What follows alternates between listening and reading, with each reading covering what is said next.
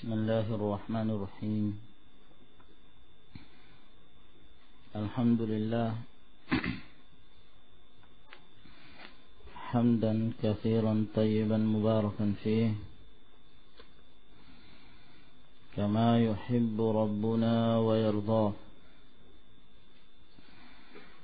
وأشهد أن لا إله إلا الله وحده لا شريك له،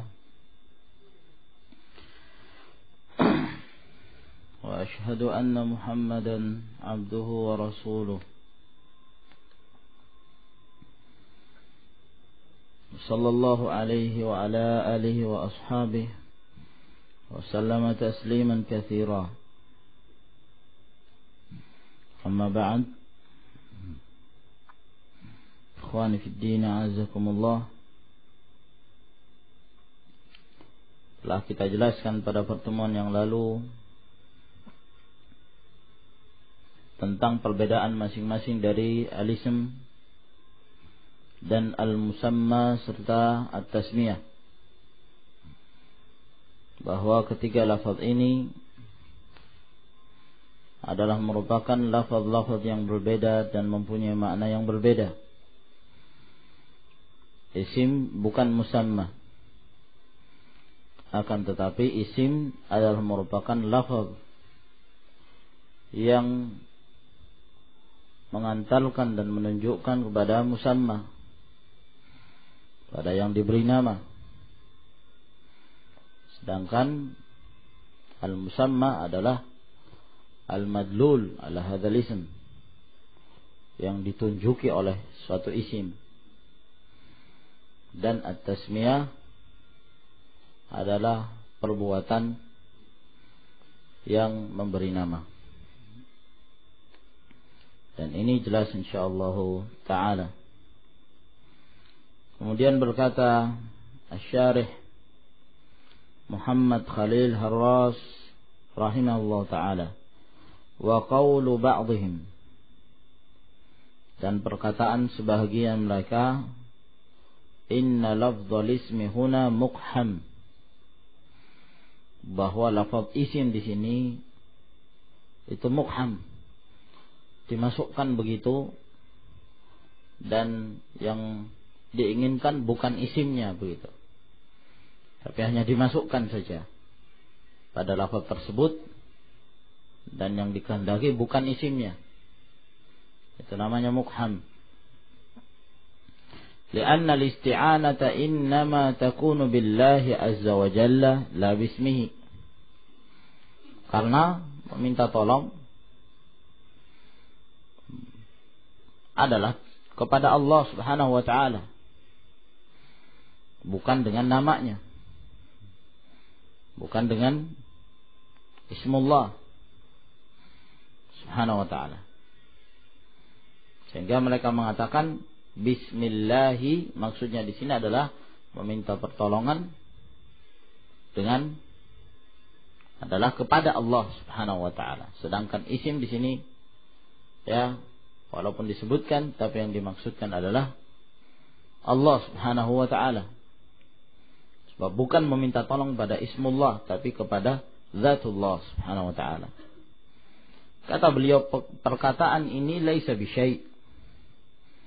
Perkataan ini tidak ada artinya. Perkataan yang keliru, yang salah. Li'anna al-murada dzikrul ismil karim bil lisan. Karena yang dimaksudkan adalah menyebutkan nama Allah Subhanahu wa ta'ala yang mulia dengan lisan kita.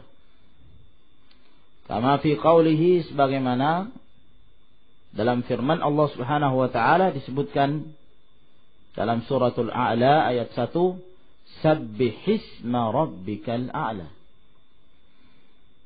Ya, sabbih, yaitu pujilah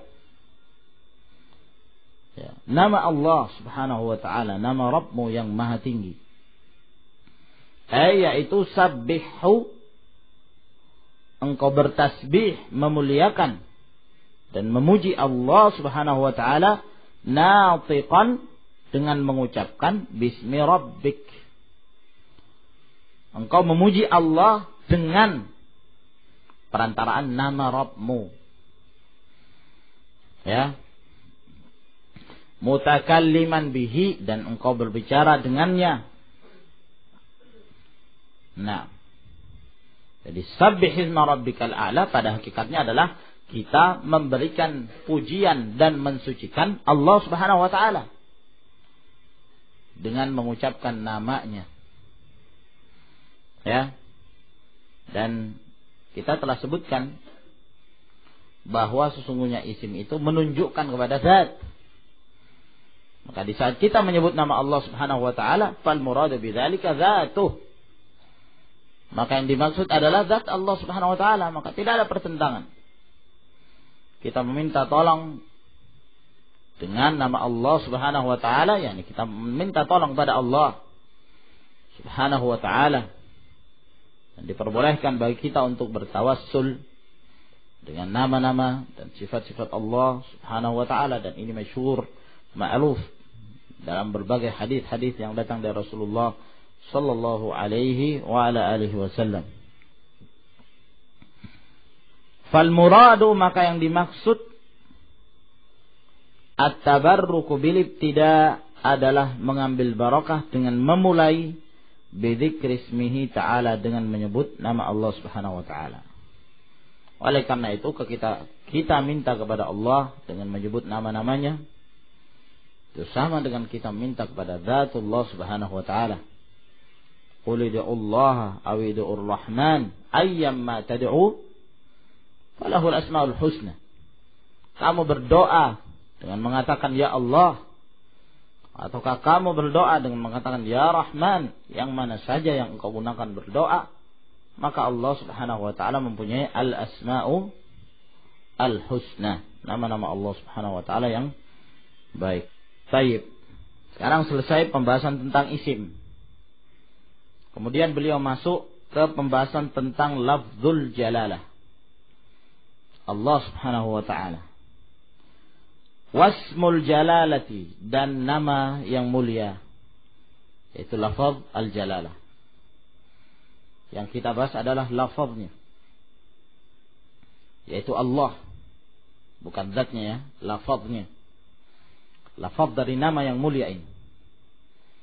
Dan nama Allah ini adalah merupakan nama yang khusus yang dimiliki oleh Allah Subhanahu wa taala, yang tidak diperbolehkan bagi seorang pun dari kalangan hambanya untuk bernama dengan nama ini.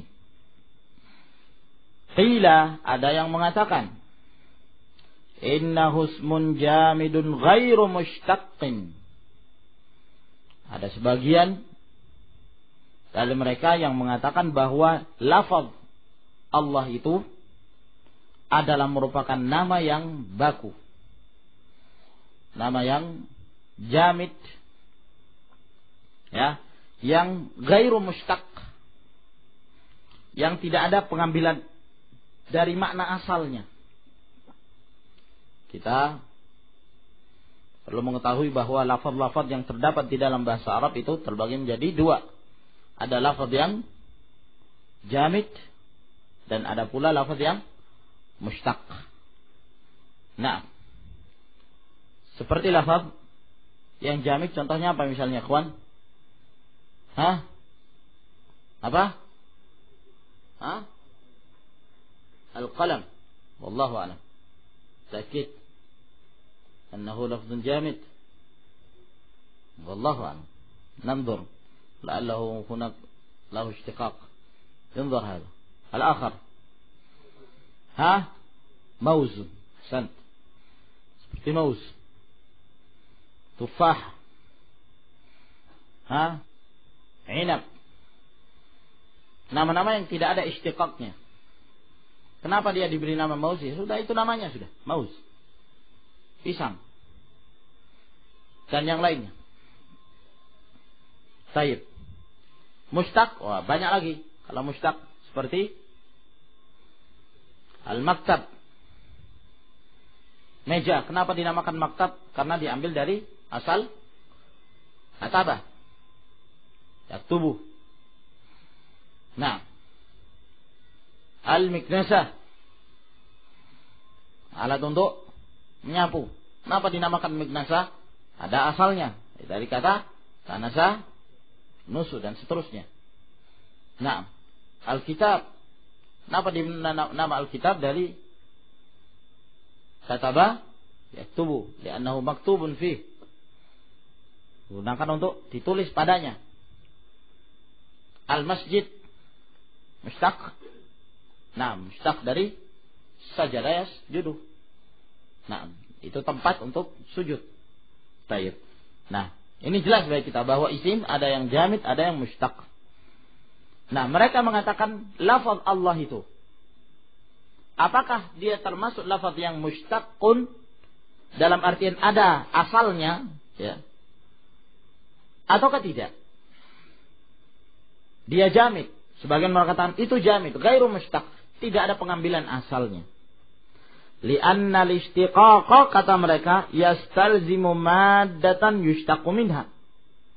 Karena pengambilan atau mustaq itu akan menyebabkan, ya, ataukah memberikan konsekuensi di sana ada satu maddah, ya, satu lafaz yang lafaz Allah itu diambil dari situ, ya, diambil dari situ.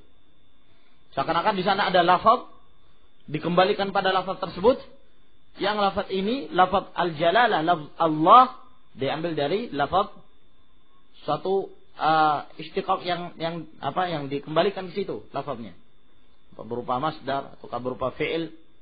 Nah, wasmuhu ta'ala qadim. Sedangkan nama Allah Subhanahu wa taala nama yang qadim. Paham ya? Qadim yakni tidak ada permulaannya. Adanya nama Allah Subhanahu wa taala bersamaan dengan zat Allah Subhanahu wa taala. Maka sebagaimana zat Allah Subhanahu wa taala qadimun la bidayata lahu, ya, lama dan tidak ada permulaannya, maka demikian pula nama Allah Subhanahu wa taala. Karena nama mengikuti zat Allah Subhanahu wa taala. Bisa dipahami ya, ikhwan? Sehingga mereka mengatakan kalau kita menyatakan bahwa lafaz Allah itu ada asalnya, sedangkan kalau dikembalikan pada asalnya ini kapan munculnya? Yang namanya makhluk tentu ada permulaan, termasuk lafaz-lafaz, ya, termasuk lafaz. Nah, kalau kita mengatakan, kata mereka, kalau lafaz Allah itu berasal dari kata alihaya lahu. Nah, alihaya lahu ini munculnya kapan? Kok sampai kita mengatakan lafaz Allah itu diambil dari situ? Sedangkan lafaz Allah ini adalah lafaz yang qadimun, tidak ada permulaannya, bersamaan dengan Allah Subhanahu wa taala, sebagaimana Allah tidak ada permulaannya. Baik. Nah, dari sini mereka mengatakan bahwa lafaz al-jalalah itu jamidun, ya, la yani la bidayata lahu li'annahu qadim ghairu mushtaq. Wal qadimu la maddata lahu. Maka yang namanya qadim tidak ada permulaannya, itu tidak ada pengambilan asalnya. Fahuwa kasairil a'lamil mahdhah. Maka ini seperti nama-nama yang lainnya pula. Hanya sekedar nama begitu. Al-a'lamul mahdhah, seperti nama saja tanpa ada makna. Allati la tatadammanu sifatin taqumu bi musammayatiha. Yang tidak mengandung sifat yang tegak dengan apa-apa yang terkandung pada penamaan-penamaan tersebut. Bisa dipahami ya, ikhwan? Berarti kalau berdasarkan pendapat ini, akan menjurus kepada pendapat siapa? Siapa kira-kira, ikhwan? Al-Mu'tazilah. Alladzina athbatu al-asma' wa lam yuthbitu sifat. Saat mereka mengatakan Allah alim walakin laisa lahu ilm, Allah qadir laisa lahu qudrah, dan seterusnya. Kenapa? Karena mereka mengatakan a'lam, asma'ullah mujarradu a'lamin mahdah. Nama Allah Subhanahu wa taala hanya sekedar nama, tanpa ada kandungan sifat. Ya, jadi tidak ada istiqaqnya. Jadi Allah itu punya nama Al-Khaliqu, Ar-Raziqu, dan seterusnya dari nama-nama Allah Subhanahu wa taala. Wal awwal wal akhir wal zahir wal batin. Ini merupakan nama-nama Allah Subhanahu wa taala yang tidak ada kandungannya sama sekali. Karena tidak istiqaq, semua nama Allah itu merupakan nama yang jamid ghair mushtaq. Oleh karena itu ini pendapat yang keliru. Dan beliau mengatakan was-sahihu annahu mushtaqun.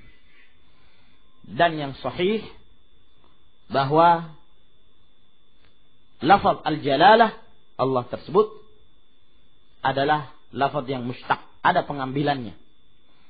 Pengambilan asalnya. Dan ini insyaallah taala merupakan pendapat yang rajih. Pendapat yang dikuatkan oleh para ulama, Syekhul Islam Ibnu Taimiyah, Ibnu Qayyim rahimahullah taala. Ya. Dan seluruh nama-nama Allah Subhanahu wa taala, ya, mereka mengatakan seluruhnya mushtaq. Maka sebagaimana lafzul jalalah Allah itu mushtaq, maka demikian pula nama-nama Allah Subhanahu wa taala yang lainnya. Atau kalau kita menyatakan nama-nama Allah Subhanahu wa taala yang lainnya itu mushtaq, seperti Al-Khaliq, mushtaq dari khalaqa, al-khalq. Al-Qadir mushtaqun minal qudrah. Ya. Al-Aziz mushtaqun minal izzah. Dan seterusnya. Maka demikian pula lafzul jalalah lahu mushtaq. Ya, ada asalnya. Nah, nanti akan disebutkan di sini. Baik. Cuman yang perlu difahami bahwa ketika kita mengatakan mushtaq ini, lafaz ini, bukan berarti kita menetapkan bahwa nama-nama Allah Subhanahu wa taala tidak qadimah. Ya. Berarti ada permulaannya, tidak. Nama Allah Subhanahu wa taala qadimatun, la bidayata laha. Tetap tidak ada permulaannya. Ya. Dan ketika kita mengatakan mushtaq bukan berarti ketika kita berusaha untuk mengatakan bahwa ini ada asalnya, berarti adanya asal tersebut kita kembalikan pada asal lafaz tersebut yang itu merupakan makhluk, ya. Ini adalah merupakan lahirnya suatu fala' kepada asal. Yang diistilahkan oleh mereka tawalludul far'i anil asal. Lahirnya suatu fala' dari asalnya. Ya. Jadi jangan difahami seperti itu. Misalnya kita mengatakan begini, Allah Subhanahu wa taala namanya Allah. Dahulu sebelum ada kata-kata, sebelum ada lafaz, berarti nama Allah tidak mempunyai makna. Kapan mempunyai makna? Setelah munculnya lafaz-lafaz. Nah, setelah munculnya lafaz barulah diketahui bahwa al-khaliq itu berasal dari al-khalq. Sebelum ada lafaz al-khalq, Allah Subhanahu wa taala tidak punya sifat al-khalq. Ini batil. Bisa dipahami ya? Jadi, walaupun lafaz-lafaz tersebut munculnya baru karena itu adalah makhlukah, tapi bukan berarti nama-nama Allah Subhanahu wa taala tersebut tidak mempunyai makna sebelum munculnya makna-makna itu. Tetap Allah Subhanahu wa taala namanya tetap mengandung makna, tetap mengandung sifat sebelum munculnya, ya, makna-makna yang sehingga kita dengan itu mengenal lafaz-lafaz tersebut, mengenal makna-makna itu.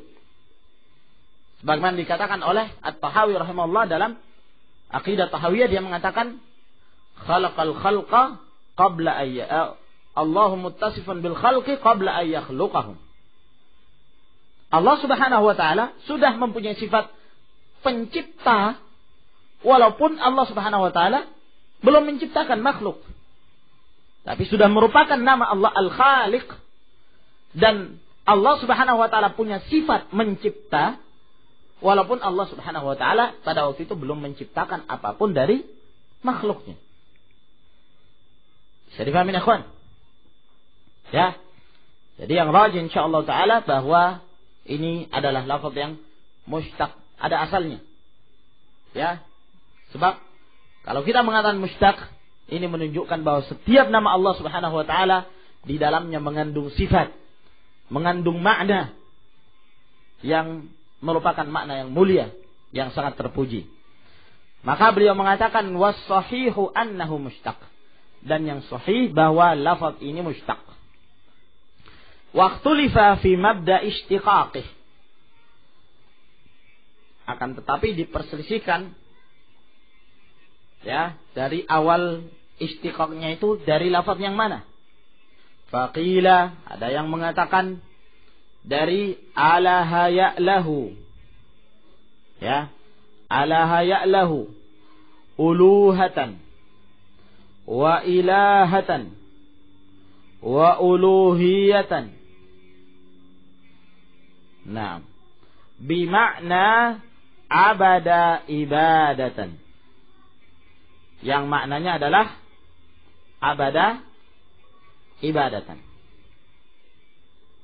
Jadi alaha ya'lahu maknanya adalah abada ya'budu ibadatan wa ubudiyatan.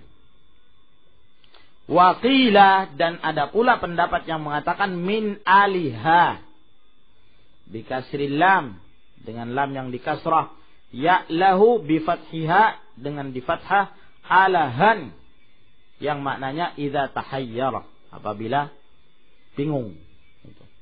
Was-sahihu, dan yang sahih adalah al-awwalu. Jadi dari alaha, dari wazan fa'ala yaf'alu, alaha ya'lahu, fahuwa ilahun. Ya, fahuwa ilahun. Dan ini pendapat jumhur, ya, Sibawayh dan murid-muridnya berpendapat seperti ini, kecuali orang-orang ganjil dan mereka. Jadi asal katanya dari lafaz ala ya'lahu uluhatan wa ilahatan wa uluhiyatan. Nah, jadi asal katanya dari itu tadi. Fahuwa ilahun. Berarti itu adalah ilahun. Dan lafaz ilahun itu bentuk wazannya dalam wazan sharaf apa ikhwan? Fi'alun, iya kan? Jadi fi'alun. Dan lafaz fi'alun, lafaz fi'al itu kebanyakan atau di antara lafaz fi'al, wazan fi'al, maknanya adalah makna maf'ul.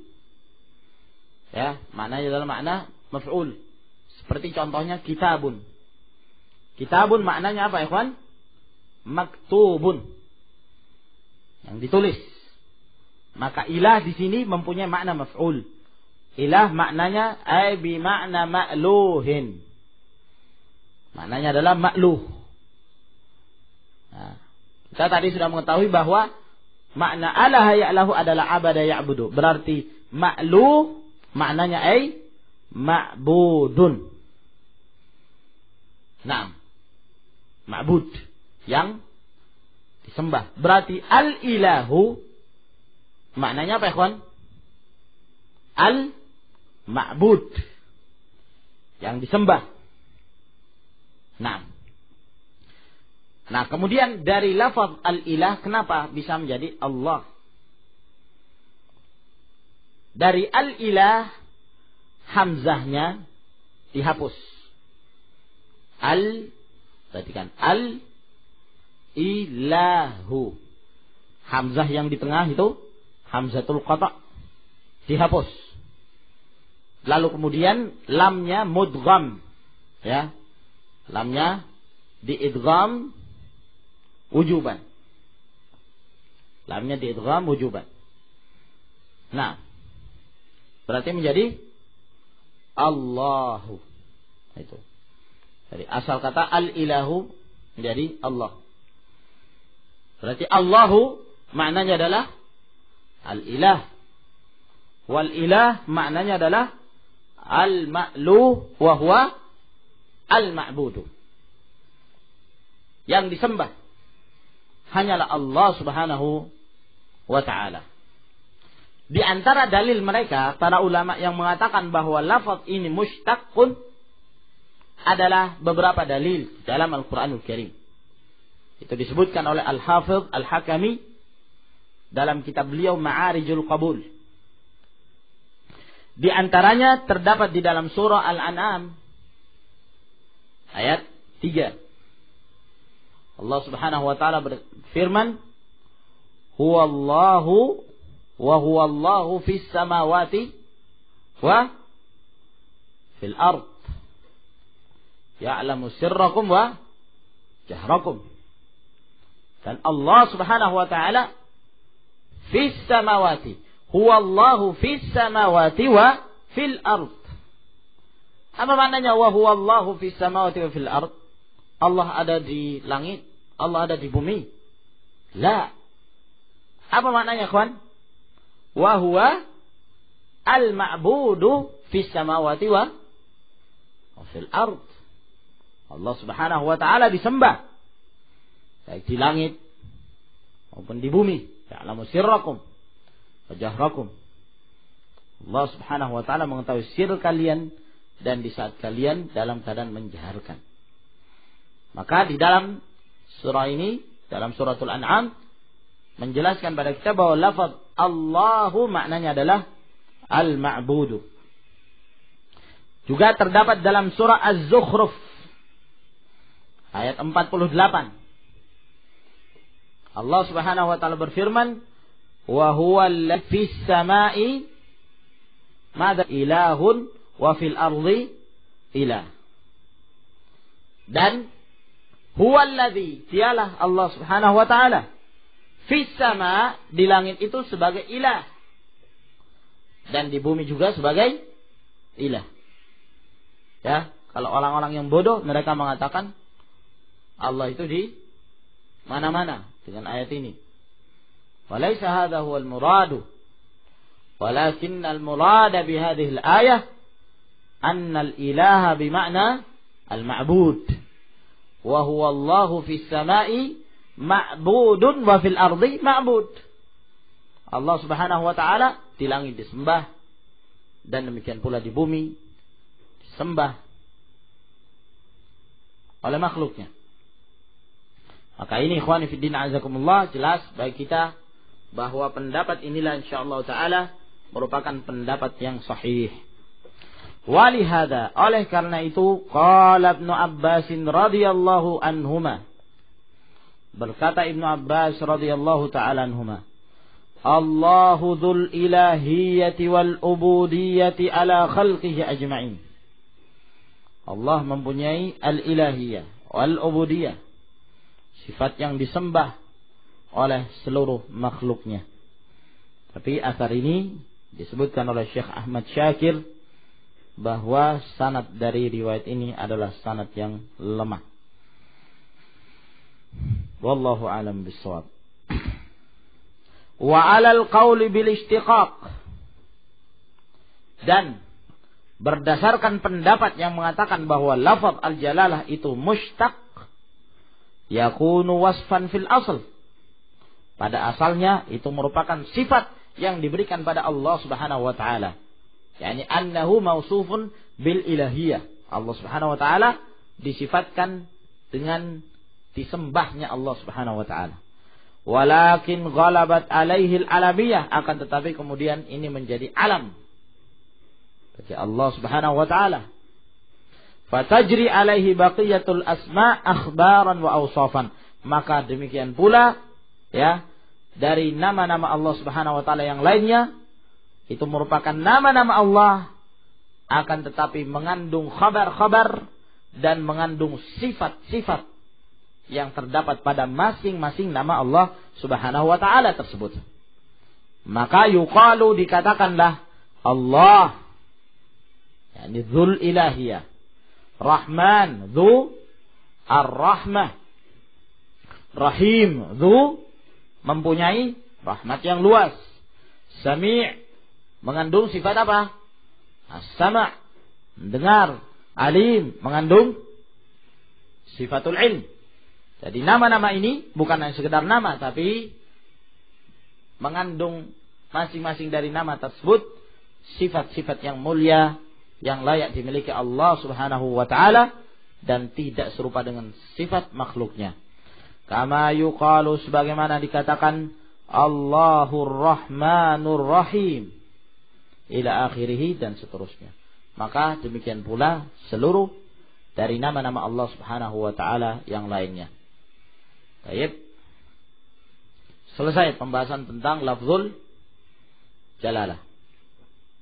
Kemudian yang berikutnya Ar-Rahmanir Rahim. Ya. Bismillahi Ar-Rahmani Ar-Rahim. War-Rahmanur Rahim ismani kariman min asma'ihil husna. Dua-duanya adalah merupakan nama Allah Subhanahu wa taala yang mulia di antara nama-nama Allah Al-Husna, yang maha mulia. Alladzi balagha fil husni ghayatah. Dallani ala ittisafihi ta'ala bi sifatir rahmah. Yang kedua-duanya itu menunjukkan atas sifatnya Allah Subhanahu wa taala, bahwa Allah itu disifatkan dengan sifat ar-rahmah, sifat penyayang, pengasih. Wa hiya sifatun haqiqiyatun lahu subhanahu. Dan ini merupakan sifat yang hakiki yang dimiliki oleh Allah Subhanahu wa taala, bukan sifat-sifat yang dikatakan oleh mereka sifat majaziyah. Tapi sifat Allah adalah merupakan sifat yang hakiki. Rahmat Allah dalam merupakan rahmat yang hakiki. Alama yaliku bijalali. Ya, berdasarkan yang layak dengan kemuliaan dan keagungan Allah Subhanahu wa taala. Wala yajuzul qawlu bi anna al-murada biha lazimuha. Dan tidak boleh kita mengatakan bahwa yang dimaksud dengan rahmatnya Allah, kasih sayangnya Allah, penyayangnya Allah Subhanahu wa taala, maksudnya adalah lazimuha, kelazimannya, konsekuensinya. Jadi kalau dikatakan Allah itu yarhamu ibadahu, Allah merahmati hambanya, oh maksudnya itu Allah ingin menghendaki untuk memberikan kebaikan kepada hambanya. Bukan berarti Allah punya sifat rahmah. Oh, ini madhab al-mu'attilah, madhabul Asy'ariyah, dan madhab mereka orang-orang yang suka mentaktil, meniadakan sifat-sifat yang sabit bagi Allah Subhanahu wa taala, lalu kemudian mereka tiadakan dengan berbagai macam pentakwilan dan pentaktilan. Ini tidak benar. Kalau kita menyatakan Allah Subhanahu wa taala mempunyai nama Rahman, Rahim, sifat Allah adalah sifatur rahmah. Wa rahmatullahi wasi'ah. Wa rahmati wasi'at kulla syai'in. Rahmatnya Allah Subhanahu wa taala meliputi segala sesuatu. Maka kita menyatakan Allah mempunyai sifat rahmat, sifat penyayang, sifat pengasih. Tidak ada masalah. Ya, adapun mereka tidak mau mengatakan Allah itu penyayang. Kalau penyayang, ya itu kan namanya sayang. Ya, itu berarti apa itu istilahnya? Suatu yang timbul dari hati, ya, yang menunjukkan kecondongan terhadap sesuatu. Wah, ini mustahil terhadap Allah Subhanahu wa taala, kata mereka. Ini mustahil terhadap Allah Subhanahu wa taala. Nah, maka kita tidak mengatakan Allah itu penyayang. Dan berarti maksudnya apa? Maksudnya Allah menginginkan untuk memberikan kebaikan pada hambanya. Tapi kita katakan menginginkan. Apakah manusia tidak punya keinginan? Sama saja. Kamu ingin berlari dari satu tantil, kamu ingin berlari dari satu sifat yang dengan anggapan kamu itu menyerupai sifat makhluk, lalu kamu masuk ke dalam sifat yang lain yang juga pada asalnya, kalau kita melihat pada lafadznya, menyerupai juga dengan makhluk. Sebagaimana Allah punya iradah, makhluk juga punya iradah, kehendak. Nah, Lalu mereka mengatakan, wah, tapi kan kehendak Allah tidak sama dengan kehendak makhluknya. Demikian pula rahmat Allah Subhanahu wa taala tidak sama dengan rahmat makhluknya. Selesai masalah. Al-kalamu fi ba'd sifat kal kalami fil ba'd al-akhar. Ketika kita berbicara dalam sebagian sifat, ya, maka kita juga menyikapi sifat-sifat yang lain seperti itu juga. Ya. Nah, ini ikhwani fi din azakumullah. Nanti insyaallah taala di sana ada beberapa kaidah yang perlu kita pahami dalam memahami sifat-sifat Allah Subhanahu wa taala tersebut. Yang jelas, ya, ini adalah merupakan pentakwilan atau dengan istilah yang lebih pas untuk mereka, tahrif. Merubah makna yang sebenarnya pada makna yang batil. Ka iradatil ihsan wa nahwih. Seperti anggapan mereka bahwa rahmat itu maksudnya Allah menghendaki untuk berbuat kebaikan dan yang semisalnya. Kama yaz'amul mu'attilah, sebagaimana yang disangka oleh ahlu ta'til. Ya, beliau mengisyaratkan kepada mazhab al-Asy'ariyah bahwa mazhabul Asy'ariyah termasuk di dalam kategori al-mu'attilah, orang-orang yang mentaktil, meniadakan sifat-sifat Allah Subhanahu wa taala. Wa sayati mazidu bayanin lidzalika insyaallah, dan akan datang penambahan penjelasan dalam hal ini insyaallah taala. Baik. Waqtulifa fil jam'i bainahuma. Sekarang beliau mengatakan diperselisihkan dalam hal menggabung di antara keduanya, Ar-Rahman dan Ar-Rahim. Apa makna dari Ar-Rahman dan Ar-Rahim tersebut?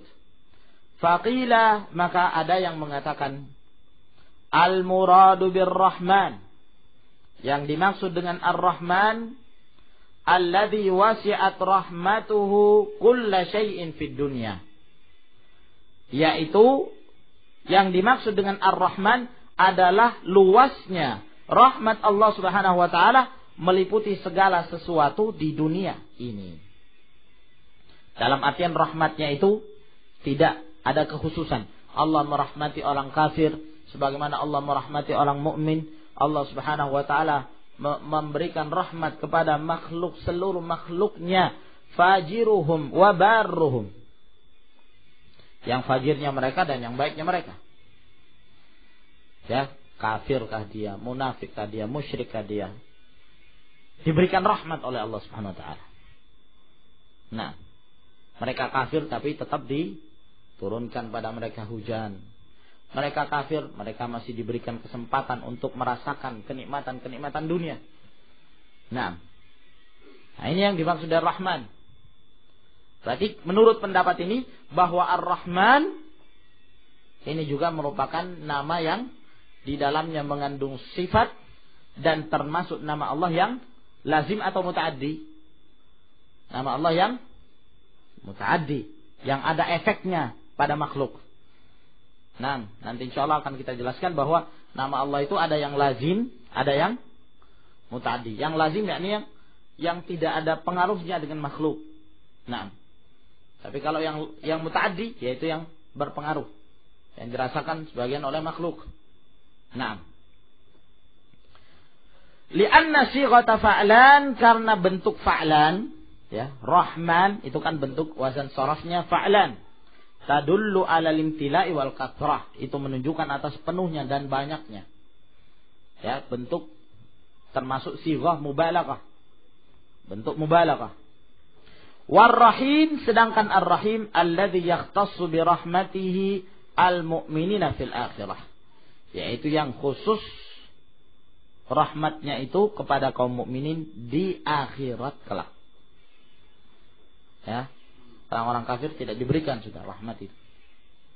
Wa kana bil mu'minina rahiman, adalah Allah Subhanahu wa taala terhadap kaum mukminin itu rahim. Allah tidak mengatakan Rahman.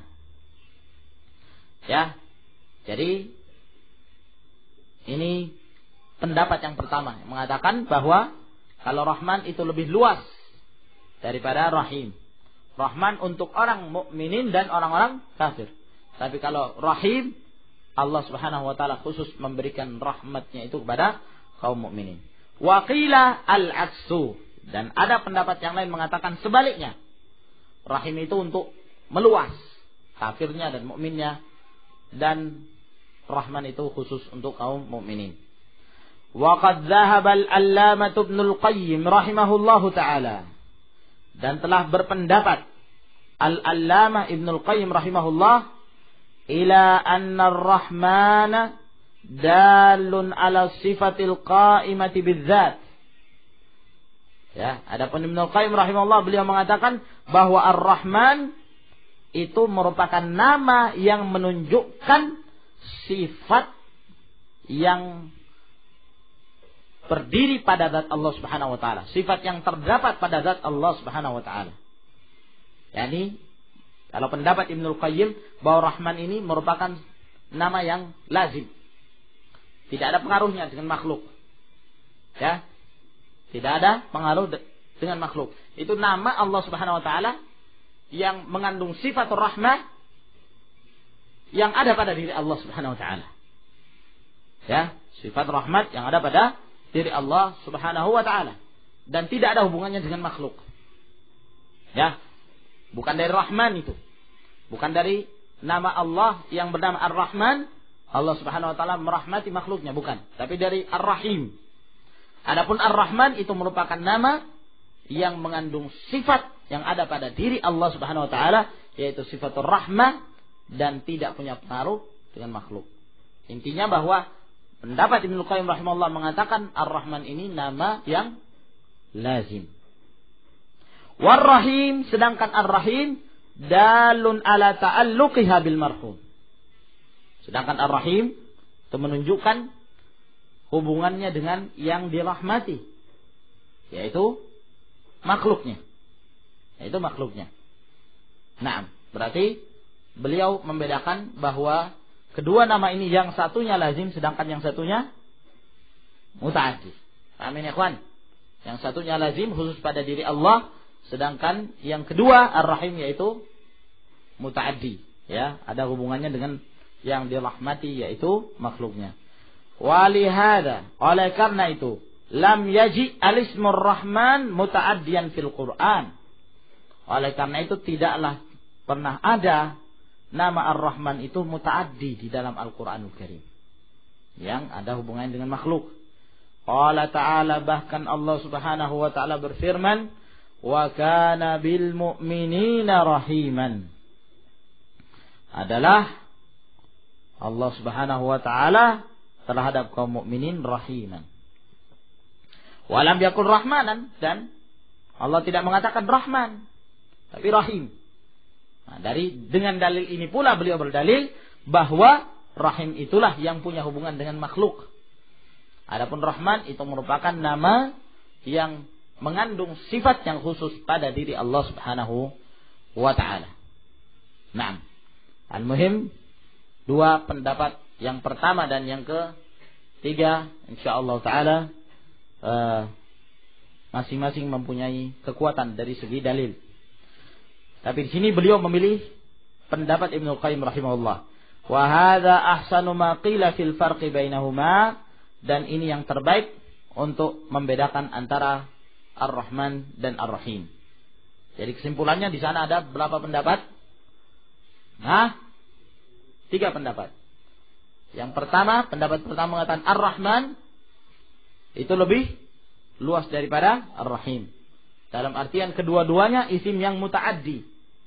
Rahman, kasih sayangnya kepada seluruh makhluk, kafirnya dan mukminnya, sedangkan Rahim, ya, Allah Subhanahu wa taala yang mengasihi kaum mukminin. Nah, pendapat kedua mengatakan sebaliknya. Pendapat yang ketiga membedakan bahwa Ar-Rahman merupakan isim yang lazim, sedangkan Ar-Rahim muta'addi. Wa ruya an Ibnu Abbas annahu qala, dan diriwayatkan dari Ibnu Abbas bahwa beliau mengatakan huma ismani raqiqan, bahwa kedua-duanya, yakni Ar-Rahman dan Ar-Rahim, adalah merupakan nama-nama yang raqiqan. Raqiqan, ya, yakni maksudnya adalah yang mengandung rahmat. Ya, alladzi yatadammanu rahmat, yang mengandung rahmat. Ya. Ahaduhuma araqqu minal akhar, yang salah satunya itu lebih banyak mengandung rahmat daripada yang lainnya. Araqqu di sini maknanya adalah aktsaru rahmah, yang lebih banyak mengandung rahmat daripada yang lainnya. Nah, berarti ahaduhuma yang dimaksud yang mana? Yang lebih banyak mengandung rahmat yang mana? Ar-Rahim, ya. Daripada Ar-Rahman berdasarkan pendapat yang ketiga. Akan tetapi riwayat yang dinukilkan dari Ibnu Abbas radhiyallahu ta'ala anhuma ini merupakan riwayat yang musalsal bil kadzabin, yang terdiri dari sanad-sanad para pendusta, dari riwayat Muhammad bin Marwan dari Muhammad bin Sa'id Al-Kalbi dari Abu Saleh. Dan Al-Kalbi adalah seorang yang ditinggalkan hadisnya, dan kebanyakan dari kalangan para ulama menyatakan dia adalah seorang pendusta. Nah, bahkan disebutkan oleh Suyuti dalam Al-Itqan, ya, disebutkan oleh pentahqiq kitab ini bahwa di antara salah satu jalannya adalah jalan Al-Kalbi dari Abu Saleh dari Ibn Abbas. Naam, apabila digabung dengan riwayat Muhammad bin Marwan As-Suddi As-Saghir, fahiya silsilatul kadhib. Berarti ini merupakan silsilah rantai perawi para pendusta. Yang jelas riwayat ini adalah merupakan riwayat yang tidak sahih. Wallahu a'lam bishawab. Ila huna ikhwan, sampai di sini insyaallah taala yang kita sebutkan. Wallahu a'lam bishawab.